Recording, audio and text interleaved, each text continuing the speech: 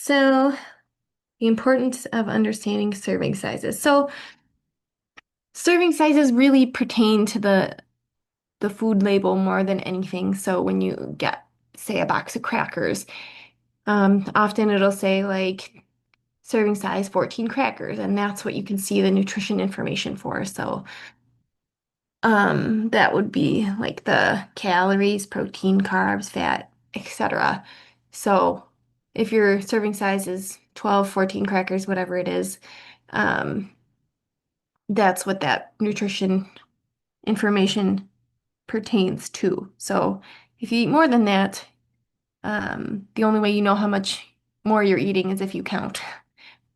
So if that's motivation not to eat boxed goods, I don't know what is. I don't want to be counting how many crackers I'm eating.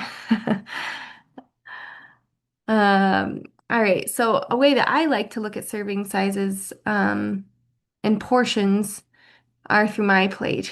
So this is more, I guess, more accurately, I should be saying portion sizes. Um, so my plate I like a lot because it breaks it down into a real life picture, basically, because we all eat off plates at some point in our day, usually. And this kind of puts it into simplified terms. So half your plate should be fruits and vegetables, more vegetables than fruits. And then the other half should be grains and protein. And then my plate includes 3 servings of dairy for calcium. They try to encourage low fat um, for fewer calories and also just less saturated fat that's present in dairy products. And then they try to encourage non-starchy vegetables. So non-starchy vegetables are things like leafy greens, peppers, cucumbers, broccoli, things like that. Whereas starchy vegetables would be like carrots, potatoes, peas, um, corn, depending on who you ask. That's one of my biggest pet peeves because corn is a grain, but in America, it's a vegetable. Um, and then, of course, protein, you want to try to get lean protein portions. So chicken, fish, beans, nuts, those types of things um, are a good one. But yeah, that's basically what it breaks down to is fruits, vegetables, grains, and protein, and that little bit of dairy.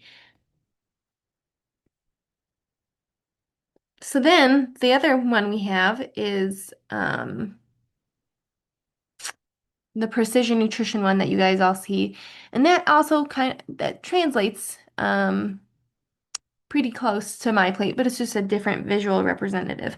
And I actually really like um, the precision nutrition method, especially if you're eating out or having something that doesn't come on a plate or maybe isn't easy to measure without um, that having it laid out on a plate. So, for example, like if you're having some nuts, nuts are a protein and fat source, so it's like which one do you pick? I would go for the thumb. Um, so you can kind of hold some in your hand and be like, oh, okay, that kind of fits that. Or some olive oil, for example, you can kind of be like, that's close to that amount. Probably the easiest one to look at would be butter in that category. And then same with carbs. You could have like a handful of crackers or um, do a gentle scoop with your hand. And that's kind of how you can compare that when you're eating out. You can be like, is that similar or not?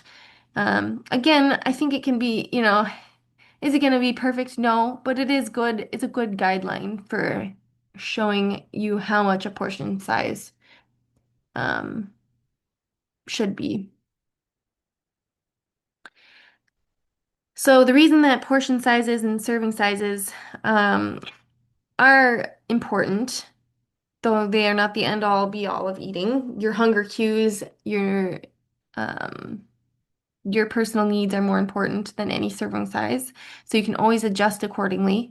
But they're important because they make you pay attention to how much you're actually eating, and can help make you more aware of how much you're consuming.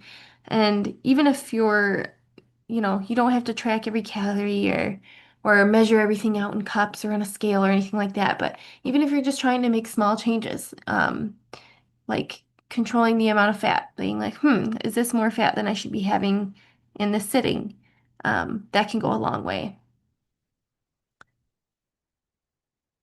So implementing serving size guidelines. So one thing I do want to note in this is that serving size, again, like I said before, is the food the food amount that is listed on a food's nutrition label.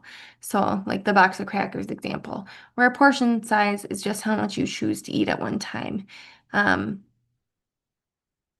so that is the difference, but we often use them interchangeably. But if you're ever curious as to why we say things certain ways for servings or portions, that's why.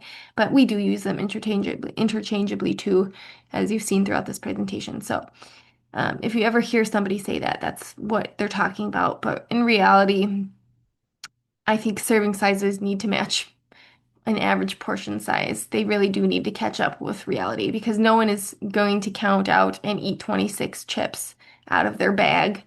Um, we can have a little bowl or, something like that, but nobody's gonna sit there and count that out or go take their nuts and weigh out 28 grams or whatever their serving size is. It's just ridiculous. So there is a difference, but should there be? I would say no.